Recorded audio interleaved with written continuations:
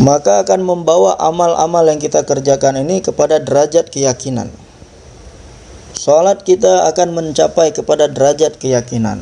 Karena salat yang kita kerjakan saat ini tidak kita kerjakan dengan keyakinan bahwasanya dengan salat ini Allah Subhanahu wa taala akan menyelesaikan permasalahan saya. Kemudian dengan puasa yang saya kerjakan akan bisa menyelesaikan masalah saya yang lainnya. Dengan zakat yang saya kerjakan, yang saya tunaikan akan menyelesaikan permasalahan saya yang lainnya. Kemudian dengan saya menunaikan haji ini akan menyelesaikan masalah saya yang lainnya. Nah, hari ini dengan amal-amal yang kita kerjakan belum ada keyakinan seperti ini.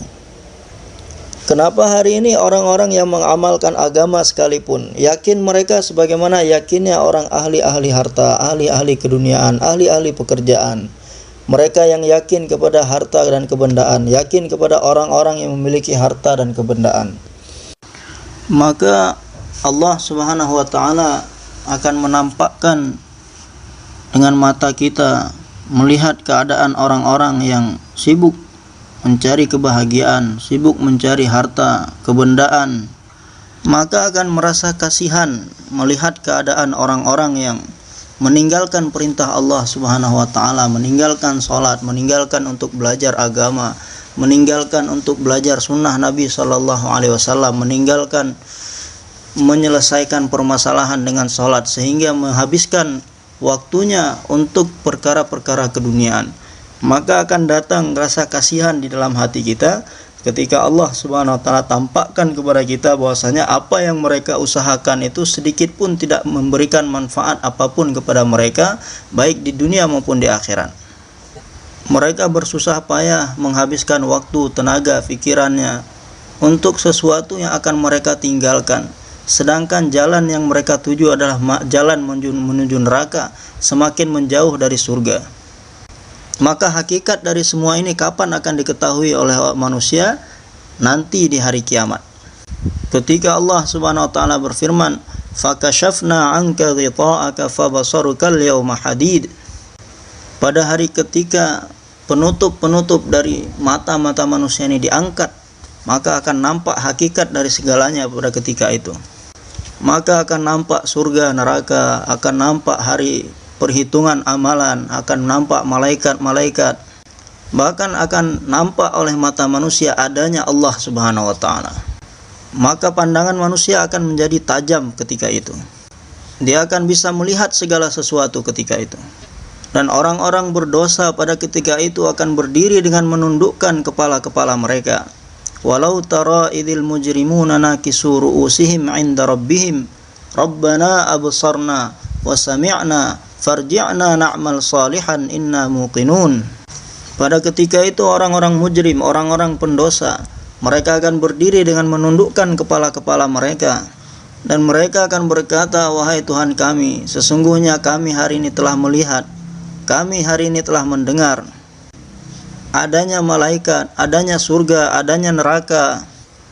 Maka kembalikanlah kami ke dunia sehingga kami bisa berbuat amal dan kembali kepadamu dengan membawa amal-amal kebaikan. Tetapi mereka tidak akan dikembalikan lagi ke dunia. Bahkan akan dikatakan kepada mereka, wa anna lahumut tanawushu min makanin ba'id. Sekarang bukan waktunya lagi. Kamu sudah menyia-nyiakan kesempatan yang aku berikan. Yang mana yang iman yang aku kehendaki, kata Allah Subhanahu wa taala, adalah iman bil ghaib, iman kepada sesuatu yang tidak nampak. Hari ini ketika setelah kamu melihat segala sesuatu, segalanya kamu telah lihat, baru kamu beriman, ini iman tidak diterima di sisi Allah Subhanahu wa taala. Iman yang kami kehendaki, yang aku kehendaki, kata Allah Subhanahu wa taala, adalah iman yang didengar oleh telinga. Maka Rasul, Nabi-Nabi, utusan-utusan kami telah memperdengarkan perkara ini semuanya kepada kamu. Mereka telah menyampaikan kepada kamu mengenai kenikmatan-kenikmatan surga. Mereka telah sampaikan kepada kamu tentang siksaan, kepedihan yang ada di dalam neraka. Utusan-utusan kami telah menyampaikan kepada kalian tentang pemandangan-pemandangan di hari akhirat, di hari kiamat. Mereka telah sampaikan kepadamu mengenai keadaan di dalam kubur. Mereka telah menyampaikan kepada kalian bagaimana kekuatan malaikat-malaikat kami. Mereka telah sampaikan kepadamu tentang sunat kami. Mereka telah sampaikan kepada kamu tentang kudrat-kudrat kami. Maka waktu itu sudah jauh berlalu, sudah jauh tertinggal di belakang kalian. Sekarang kalian sudah sampai di sini. Maka hadirin yang dirahmati Allah Subhanahu wa taala, dengan dakwah ini akan memperbaiki iman kita dan akan mengeluarkan segala keyakinan terhadap makhluk, terhadap dunia dan harta dan kebendaan dari dalam hati kita, dan akan mengarahkan hati kita hanya kepada Allah Subhanahu wa taala. Hati kita akan melihat bahwasanya yang bisa menyelesaikan segala-galanya hanyalah Allah Subhanahu wa taala. Jadi yang bisa menyelesaikan segala permasalahan adalah hanya Allah Subhanahu wa taala saja. Bukan dari harta dan kebendaan, bukan dari orang yang memiliki harta dan kebendaan, bukan bisa terselesaikan dengan kekuasaan dan orang yang memiliki kekuasaan, tapi yang bisa menyelesaikan segala permasalahan hanyalah Allah Subhanahu wa taala. Dan untuk menyelesaikan segala permasalahan manusia, Allah Subhanahu wa taala telah utus baginda Nabi sallallahu alaihi wasallam untuk mengajarkan amal-amal kepada manusia, untuk mengajarkan doa kepada manusia, yang mana dengan asbab amal dan doa yang diajarkan oleh beliau ini bisa menyelesaikan segala permasalahan.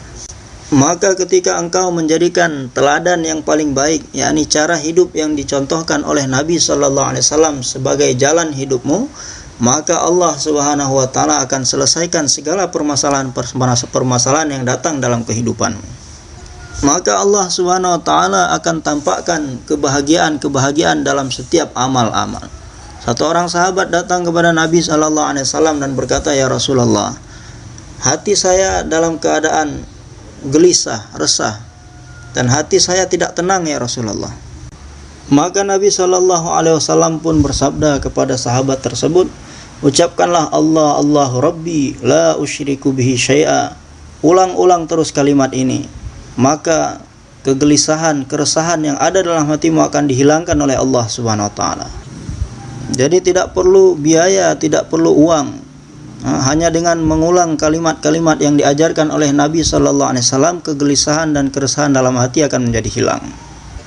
Nah, sekarang hari ini keadaannya pemilik pabrik susah menghadapi pekerja-pekerjanya. Demikian juga pekerja-pekerja ini susah menghadapi atasan-atasannya. Begitu juga penguasa kesusahan menghadapi rakyatnya. Demikian juga rakyat kesusahan menghadapi penguasanya. Dan tidak ada satupun yang bisa menghilangkan kesusahan mereka.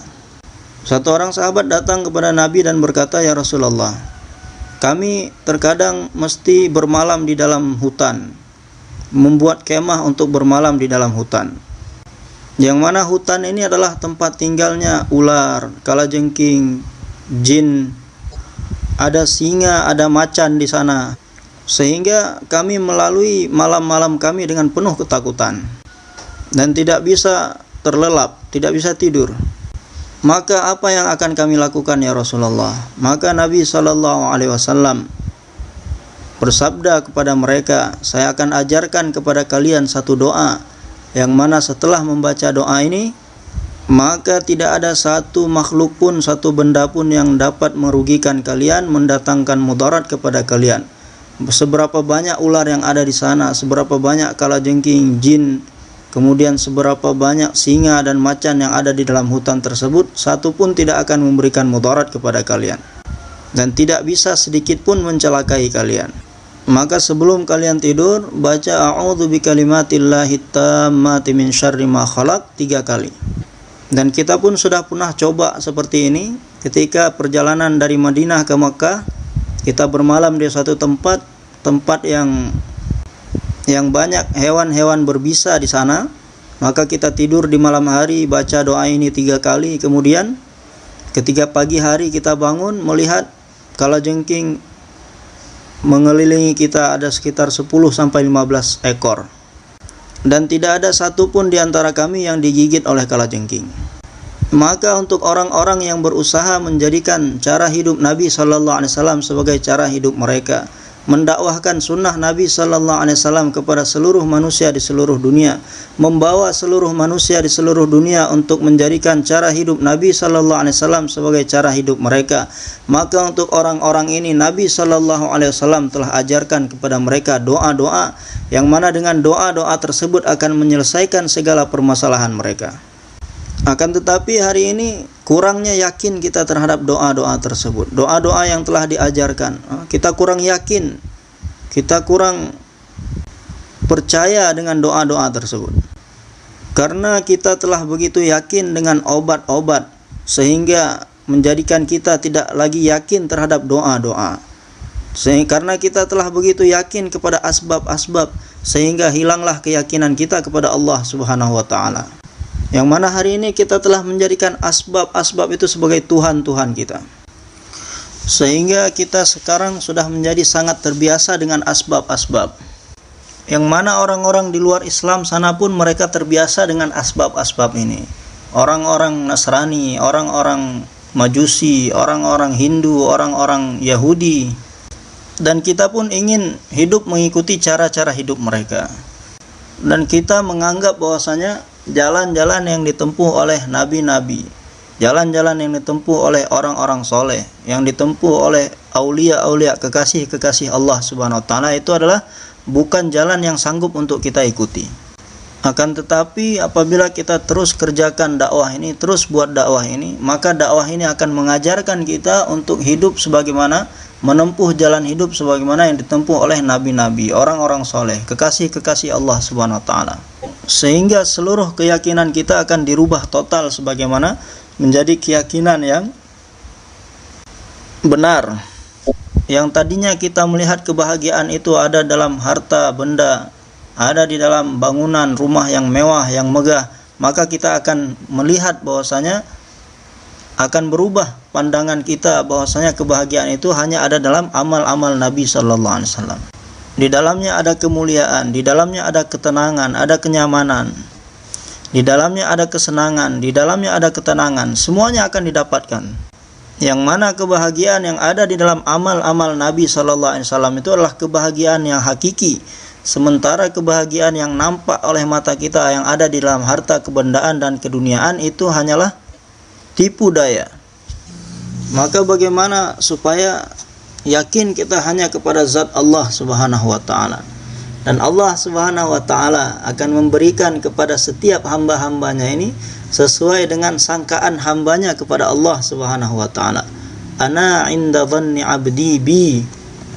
Jadi sebagaimana yakin seorang hamba kepada zat Allah Subhanahu wa taala, maka itu pula yang akan dia dapatkan dari Allah Subhanahu wa taala. Apa yang Allah Subhanahu wa taala berikan kepada seorang hamba adalah menurut keyakinannya kepada Allah Subhanahu wa taala. Maka jika seorang hamba mengerjakan salat tapi dia tidak yakin dengan salat ini akan bisa menarik pertolongan Allah Subhanahu wa taala, maka Allah tidak akan berikan pertolongannya melalui salat yang dia kerjakan. Oleh karena itu, dakwah ini akan membetulkan keyakinan kita dan akan menjadikan hati kita ini cinta terhadap amal-amal, cinta terhadap agama, dan akan membuat hati kita ini tidak menyukai kepada kebendaan-kebendaan dunia. Dan dakwah ini akan menyatukan hati-hati kita. Sebagaimana ini majma' yang datang ke sini, jemaah-jemaah yang keluar di jalan Allah Subhanahu wa taala, Allah Subhanahu wa taala satukan hati-hati mereka. Dan ketika kita keluar berangkat untuk buat dakwah, maka hati kita pun akan semakin disatukan oleh Allah Subhanahu wa taala. Dan sejauh mana kita meningkatkan pengorbanan, maka sejauh itu pula hati kita pun akan semakin disatukan oleh Allah Subhanahu wa taala. Allah Subhanahu wa taala telah menyatukan antara hati-hati orang Arab dan orang Ajam. Dan seperti di Baitullah kita lihat dari berbagai macam negara orang datang di sana. Allah Subhanahu wa taala satukan hati-hati mereka. Padahal di Baitullah sana orang datang dari berbagai macam negara, tapi hati mereka tidak disatukan oleh Allah Subhanahu wa taala. Namun ketika umat ini berkumpul untuk buat usaha dakwah, walaupun mereka datang dari berbagai macam negara dan daerah, Allah Subhanahu wa taala akan satukan hati mereka. Hari ini kita belum melihat bagaimana kekuatan dakwah itu. Dan hari ini kita belum paham apa keindahan-keindahan yang Allah Subhanahu wa taala letakkan di dalam dakwah itu, yang mana menyeru manusia kepada Allah Subhanahu wa taala ini adalah lebih berharga daripada Baitullah, rumah Allah Subhanahu wa taala. Maka untuk itu hadirin yang dirahmati Allah Subhanahu wa taala, Rasulullah sallallahu alaihi wasallam telah mengajarkan setiap umatnya ini untuk buat usaha kerja yang dibuat oleh Nabi sallallahu alaihi wasallam. Dan Rasulullah sallallahu alaihi wasallam telah berpesan kepada mereka dan mengatakan kepada mereka, falyuballighish syahidul ghaib, hendaknya orang yang hadir di sini menyampaikan kepada orang yang tidak hadir bahwasanya aku akan pergi dari dunia ini sebentar lagi, maka kerja usahaku ini telah aku wariskan kepada kalian semua, dan setelah ini kalianlah orang yang akan melanjutkan kerja usahaku. Maka umat Nabi sallallahu alaihi wasallam yang sesungguhnya adalah mereka yang menjadikan usaha Nabi sallallahu alaihi wasallam sebagai usaha mereka, dan medan dakwahnya Nabi sallallahu alaihi wasallam adalah medan dakwah saya. Nabi sallallahu alaihi wasallam diutus oleh Allah Subhanahu wa taala untuk seluruh alam. Demikian juga saya akan meneruskan kerja Nabi sallallahu alaihi wasallam untuk seluruh alam. Jika Nabi sallallahu alaihi wasallam diutus oleh Allah untuk seluruh alam sebagai nabi, maka saya juga diutus untuk seluruh alam tetapi sebagai umat. Maka hadirin yang dirahmati Allah Subhanahu wa taala, hendaknya kita semua majma' yang hadir di sini saat ini memasukkan perkara ini dalam hati kita, bahwasanya mulai saat ini saya akan jadikan kerja dakwah Nabi sallallahu alaihi wasallam ini sebagai kerja saya. Dakwahnya Nabi sallallahu alaihi wasallam adalah dakwah saya, dan medan dakwahnya Nabi sallallahu alaihi wasallam juga medan dakwahnya saya. Yang mana medan dakwah Nabi sallallahu alaihi wasallam adalah seluruh alam, demikian juga medan dakwah saya juga seluruh alam. Maka Allah Subhanahu wa taala akan memberikan pahala sesuai dengan apa yang diniatkan. Jika kita telah meniatkan bahwasanya seluruh alam inilah medan dakwah kita, dan kita telah meniatkan bahwasanya kerja Nabi adalah kerja kita, maka kita akan mendapatkan pahala seluruh alam. Walaupun kita tidak bisa pergi ke seluruh alam. Bahkan Rasulullah sallallahu alaihi wasallam sendiri tidak pergi ke seluruh alam. Nabi sallallahu alaihi wasallam tidak pernah pergi ke Mesir. Beliau tidak pernah pergi ke Sudan. Beliau tidak pernah datang ke Hindustan dan Pakistan. Beliau sallallahu alaihi wasallam tidak pernah ke Amerika, tidak pernah ke Eropa. Akan tetapi niat beliau dahulu adalah seluruh alam. Maka begitu juga apabila kita ini niat untuk seluruh alam, maka di mana-mana tempat yang mana agama sampai di sana, walaupun kita tidak sampai ke sana, pahalanya Allah Subhanahu wa taala akan berikan pada kita. Dan jika kita niat untuk seluruh alam, maka Allah Subhanahu wa taala akan berikan kepada kita pertolongan sebagaimana yang Allah berikan kepada nabi-nabi. Yang mana Nabi Muhammad sallallahu alaihi wasallam tidak meminta pertolongan kepada Allah Subhanahu wa taala untuk dirinya sendiri. Akan tetapi Nabi sallallahu alaihi wasallam telah berusaha dan meminta supaya pertolongan Allah Subhanahu wa taala ini diberikan kepada setiap umatnya. Maka siapa saja yang mau buat ini usaha dakwah, Allah Subhanahu wa taala akan berikan kepadanya pertolongan seperti ini. Yang mana umat ini akan bisa melintasi lautan-lautan, sungai-sungai, danau-danau.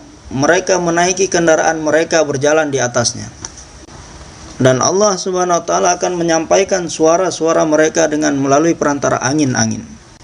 Bahkan hewan buas seperti singa pun akan menjadi dalil penunjuk jalan kepada umat ini.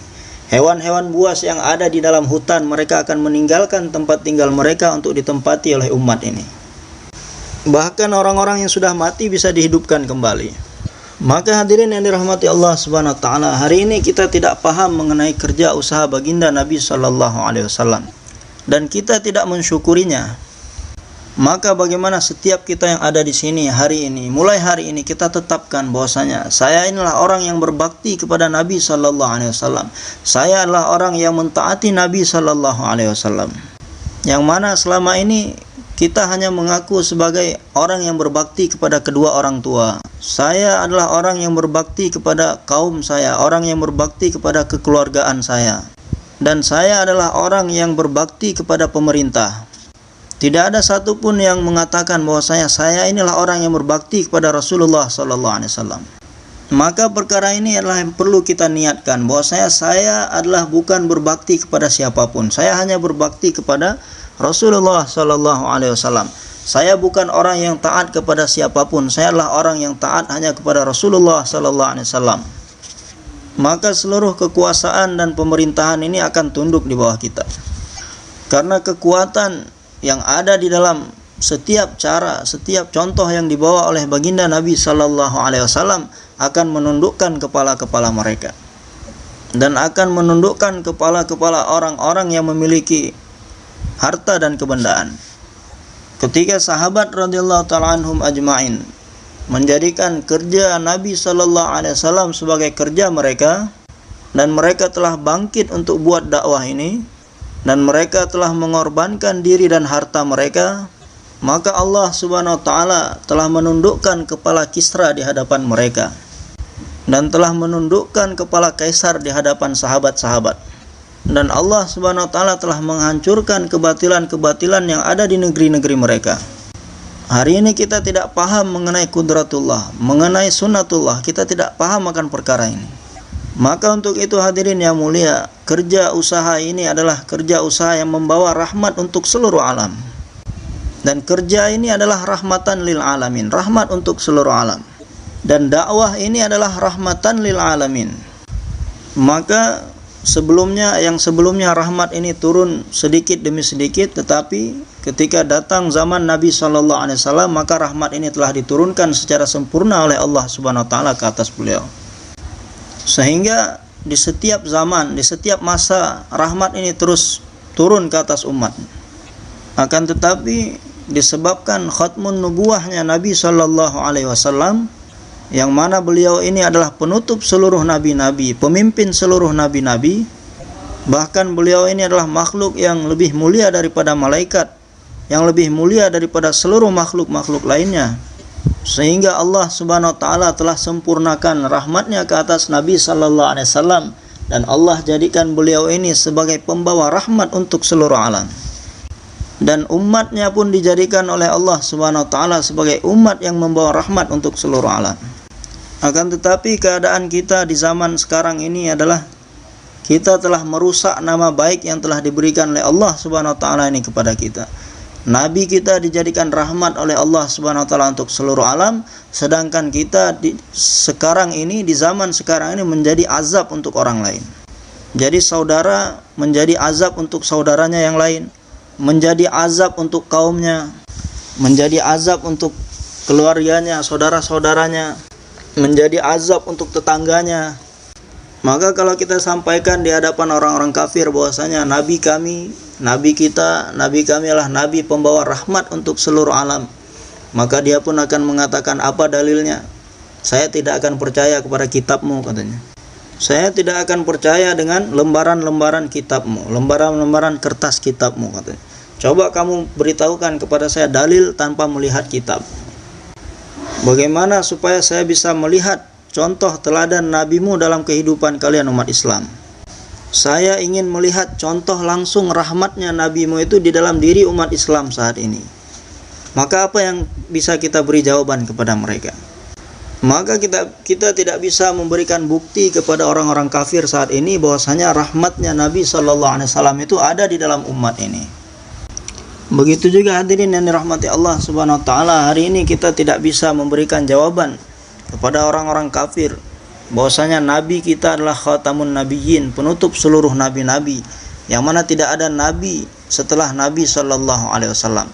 Karena mereka akan menjawab bahwasanya kenapa nabi itu diutus apabila di satu kaum terjadi kerusakan, apabila di satu kaum tidak adanya iman, tidak adanya amal, berbagai macam dosa dan maksiat yang dilakukan oleh manusia, maka untuk memperbaiki keadaan manusia tersebut Allah subhanahu wa ta'ala mengutus nabi. Sedangkan di zaman sekarang bagaimana kerusakan demi kerusakan terjadi di kalangan umat manusia di saat seperti ini, kekufuran, kemusyrikan, kemudian kerusakan akhlak, moral, kemudian tidak adanya amal-amal agama, manusia tinggalkan amal-amal agama, tinggalkan cara hidup Nabi sallallahu alaihi wasallam. Maka dalam keadaan umat yang begitu rusak saat sekarang ini, kenapa Allah subhanahu wa ta'ala tidak turunkan nabi? Mereka akan menjawab seperti ini. Apa jawaban yang kita bisa berikan kepada mereka? Kecuali orang-orang yang mereka benar-benar bangkit berdiri untuk menghidupkan kembali usaha dakwah Nabi sallallahu alaihi wasallam, orang seperti ini yang akan bisa memberi jawaban kepada mereka. Maka hanya orang-orang yang buat usaha dakwah saja yang bisa membuktikan di hadapan orang-orang kafir bahwasanya saat ini Nabi sallallahu alaihi wasallam adalah penutup seluruh nabi. Setelah beliau tidak akan ada lagi nabi, kamilah orang-orangnya yang akan meneruskan, yang menghidupkan kembali usaha dakwah yang telah ditinggalkan oleh Nabi sallallahu alaihi wasallam, yang telah diberi tanggung jawab oleh beliau kepada umat ini. Dan dengan keberkahan usaha dakwah Nabi sallallahu alaihi wasallam yang dihidupkan kembali ini, maka akan mengeluarkan semua penyakit-penyakit yang ada di dalam hati, dendam, iri, dengki, hasad dan lain sebagainya, dan akan berusaha untuk menyatukan setiap hati-hati manusia hanya dengan dakwah saja, dan akan bisa mengeluarkan umat ini dari dusta dan kebohongan hanya dengan dakwah saja, yang akan bisa memperbaiki kerusakan-kerusakan di dalam umat ini. Tipu menipu, kemudian memakan riba, memakan hak orang lain, merampas hak orang lain, berbuat zalim kepada orang lain, hanya dengan dakwah Nabi sallallahu alaihi wasallam saja yang akan bisa memperbaiki kerusakan yang terjadi di dalam umat ini saat ini. Yang mana Nabi sallallahu alaihi wasallam telah memberikan pesan ini kepada kita, kepada umatnya sebelum beliau meninggalkan dunia ini. Dan hanya dengan dakwah saja kita akan bisa menampakkan, membuktikan kepada orang-orang bahwasanya Nabi kita adalah pembawa rahmat untuk seluruh alam. Demikian juga dengan kita sebagai umatnya, umat yang membawa rahmat kepada seluruh alam. Kita adalah orang yang membawa rahmat untuk kedua orang tua kita. Kita adalah orang yang membawa rahmat untuk anak istri kita. Bahkan kita ini bisa menjadi rahmat untuk orang-orang di luar Islam. Dan kita juga bisa menjadi rahmat untuk orang-orang kafir. Dan kita juga bisa menjadi rahmat untuk orang-orang Yahudi dan Nasrani. Yang mana dengan dakwah ini akan menjadikan manusia sebagai rahmat untuk seluruh alam. Maka untuk itu hadirin yang mulia, marilah kita jadikan usaha dakwah ini sebagai maksud hidup kita. Semua kita sambil berdoa kepada Allah Subhanahu wa taala. Maka semua kita niat seperti ini. Jadi tidak cukup hanya dengan menjadi rahmat dengan keluar 4 bulan 40 hari, bukan. Maka seperti orang yang memilih jalan hidup sebagai pedagang, maka apakah cukup dia hanya berdagang dengan 4 bulan atau 40 hari atau selama setahun saja? Tidak.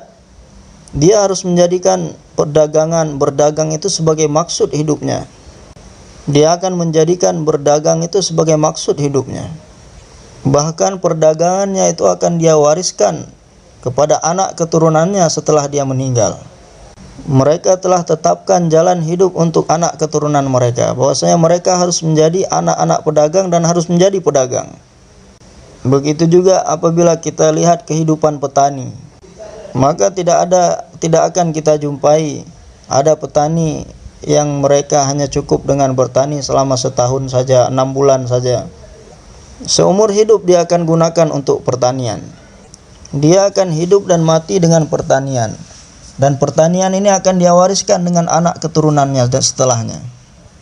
Semua anak keturunan saya akan melanjutkan pertanian saya. Mereka pun akan bertani seumur hidup mereka.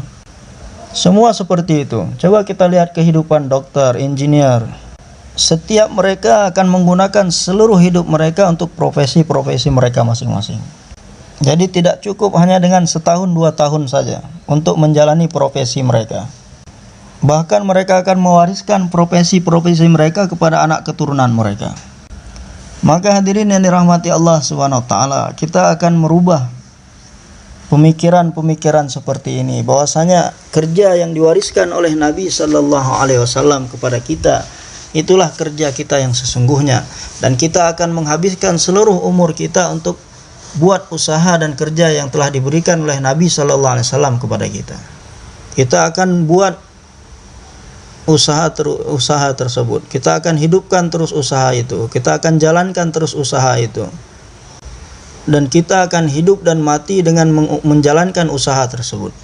Dan usaha ini juga akan kita wariskan kepada anak keturunan kita setelah kepergian kita. Kita akan bawa anak-anak kita kepada usaha ini. Kita akan bawa wanita-wanita kita ke dalam usaha ini. Maka orang seperti ini adalah orang yang benar-benar sebagai umat baginda Nabi sallallahu alaihi wasallam. Dan orang-orang seperti ini adalah orang-orang yang berbakti kepada Rasulullah sallallahu alaihi wasallam. Dan Nabi sallallahu alaihi wasallam bersabda, "Man ahya sunnatan min sunnati umitat ba'di faqad ahabbani wa man ahabbani kana ma'i ay fil jannah." Atau kama qala Nabi alaihi salatu wassalam.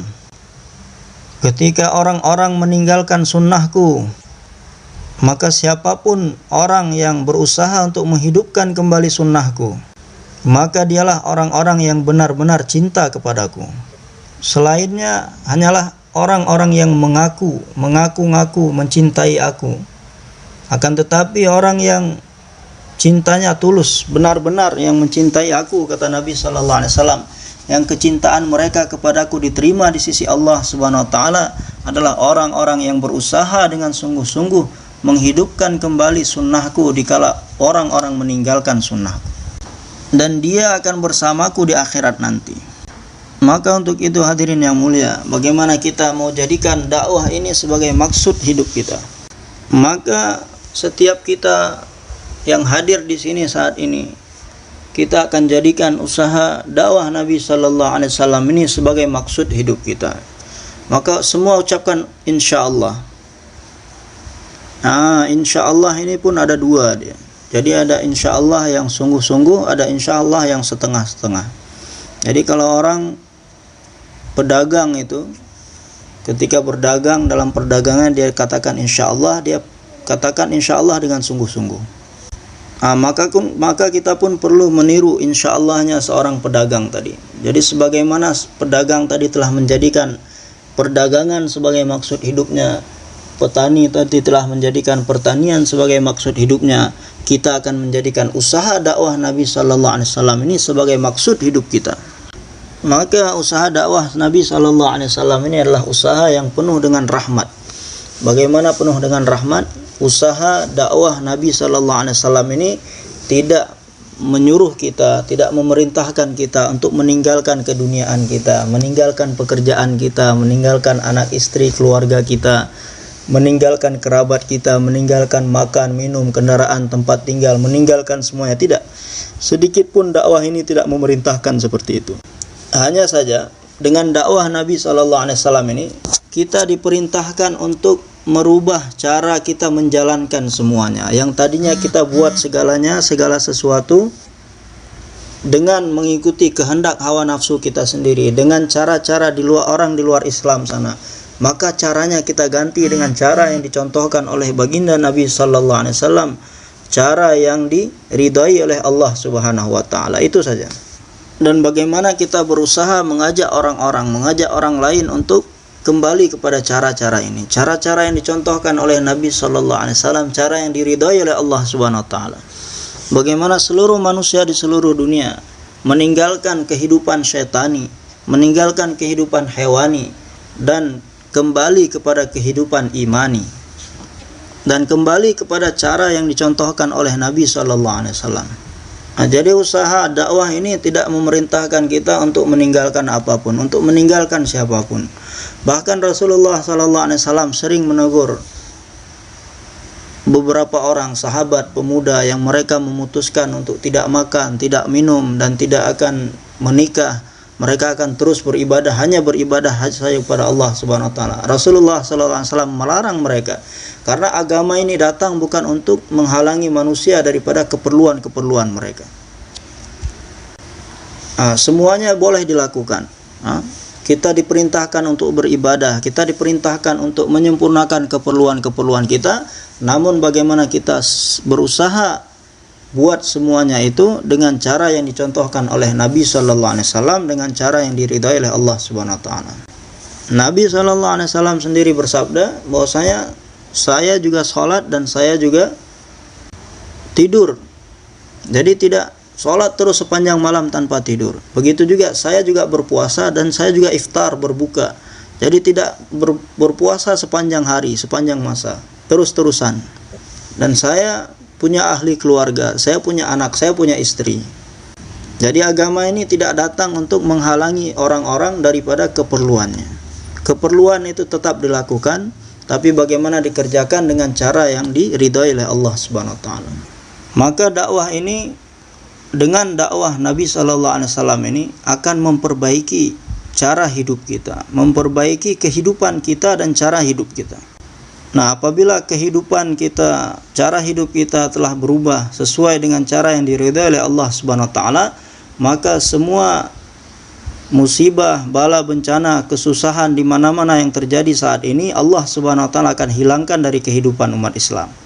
Dan Allah Subhanahu wa taala akan turunkan, akan tiupkan angin-angin rahmat, akan tiupkan angin-angin sakinah, akan tiupkan angin-angin ketenangan, keberkahan, kedamaian dan kesatuan hati kasih sayang di antara sesama manusia. Maka istri pun akan patuh kepada suaminya, anak-anak akan patuh kepada orang tuanya, dan orang-orang di kampung pun akan saling berkasih sayang satu sama lain. Maka akan ditumbuhkan rasa kasih sayang dan kecintaan terhadap sesama manusia, sesama makhluk-makhluk Allah Subhanahu wa taala, sesama dengan malaikat-malaikat Allah Subhanahu wa taala, dan Allah Subhanahu wa taala akan tumbuhkan kecintaan kepada Allah Subhanahu wa taala. Inilah cara hidup yang membawa rahmat untuk kehidupan kita. Yang mana hari ini kita hidup dan menjalani hidup dengan cara-cara yang mendatangkan kemarahan Allah, kemurkaan Allah Subhanahu wa taala. Maka bagaimana kita berusaha untuk mengajak manusia, mengajak orang-orang kepada cara hidup, kepada kehidupan dan cara hidup yang mendatangkan rahmat Allah, kasih sayang Allah Subhanahu wa taala, kecintaan Allah Subhanahu wa taala, yang bisa menggantikan azab menjadi rahmat. Maka untuk itu bagaimana kita berusaha menjadikan anak-anak kita menjadi da'i-da'i, menjadikan wanita-wanita kita sebagai da'i-da'i, sehingga dalam setiap saat dan kesempatan bagaimana memanfaatkan kesempatan yang ada untuk berdakwah, mengajak manusia untuk taat kepada Allah Subhanahu wa taala. Bahkan ketika kita terbaring sakit di rumah kita, orang-orang datang menjenguk kita, bagaimana kita gunakan setiap kesempatan untuk berdakwah kepada orang-orang yang datang menjenguk kita. Walaupun kita tidak bisa keluar rumah mendatangi orang-orang untuk berdakwah kepada mereka, maka sambil kita tidur di atas tempat tidur kita, orang-orang berdatangan menjenguk kita, kita dakwah kepada mereka sambil kita terbaring dalam keadaan sakit dan sambil kita terus kerjakan dakwah. Maulana Ilyas rahmatullah alaih, beliau sedang sakit, terbaring di atas tempat tidurnya, tapi terus buat dakwah, terus berdakwah kepada orang-orang yang datang menjenguk beliau. Dokter yang datang untuk menyembuhkan beliau, mengobati beliau, itu pun didakwahkan oleh beliau. Maka ini cara yang dicontohkan oleh Nabi SAW dalam keadaan sakit terbaring, tapi dalam keadaan tersebut terus buat dakwah, menyampaikan kebaikan kepada manusia, mengajak manusia untuk taat kepada Allah. Orang tua kita, bapak kita, walaupun mereka sudah tua, setua apapun mereka, kita berusaha untuk menjadikan mereka da'i. Kemudian ibu kita, walaupun mereka sudah tua, setua apapun mereka, kita tetap berusaha untuk menjadikan mereka sebagai da'i. Sampaikan kepada ibu kita, wahai ibu, wanita-wanita siapa saja yang datang menjenguk engkau, bersilaturahmi kepada engkau, maka katakan kepada mereka, jadilah kalian ini sebagai penegak-penegak agamanya Allah Subhanahu wa taala, pendakwah-pendakwah agama Allah Subhanahu wa taala. Dan supaya kalian ini membawa rahmat Nabi sallallahu alaihi wasallam di rumah-rumah kalian, membawa setiap sunnah-sunnah Nabi, cara hidup Nabi sallallahu alaihi wasallam di rumah-rumah kalian. Jadi setiap wanita satu sama lain saling menasehati supaya mereka menjadi da'i-da'inya Allah, menjadi orang-orang yang menyuruh manusia kepada Allah dan Rasulnya. Katakan perkara ini kepada setiap orang tua, anak muda, anak kecil. Di dalam Al-Quran, dalam surat Al-Buruj, Allah Subhanahu wa ta'ala menceritakan kisah seorang anak yang masih kecil, dengan sebab kerisauannya, dengan sebab iman yang dimiliki anak kecil ini, sehingga dia ini menjadi asbab satu negeri memeluk Islam, beriman kepada Allah Subhanahu wa ta'ala yang tadi mereka ingkar kepada Allah Subhanahu wa ta'ala. Maka hadirin yang dirahmati Allah Subhanahu wa taala, dahulu umat Islam ini anak-anaknya pun dai, wanita-wanitanya pun dai, orang tuanya pun dai, anak mudanya pun dai, semuanya adalah dai-dai Allah Subhanahu wa taala. Akan tetapi hadirin yang dirahmati Allah Subhanahu wa taala, sampai di zaman kita sekarang ini, karena kelalaian kita telah meninggalkan dakwah ini, orang-orang telah meninggalkan usaha yang mulia ini, maka kita terhalang dari mendapatkan rahmat Allah Subhanahu wa taala, terhalang dari mendapatkan keberkahan dari Allah Subhanahu wa taala, sehingga kita terperangkap di dalam jaring-jaring musibah, bala bencana dan kebatilan-kebatilan. Maka yang akan bisa mengeluarkan kita dari ini semua adalah dakwah. Hadirin yang dirahmati Allah Subhanahu wa taala, hanya dakwah ini saja yang akan bisa memperbaiki keadaan umat saat ini.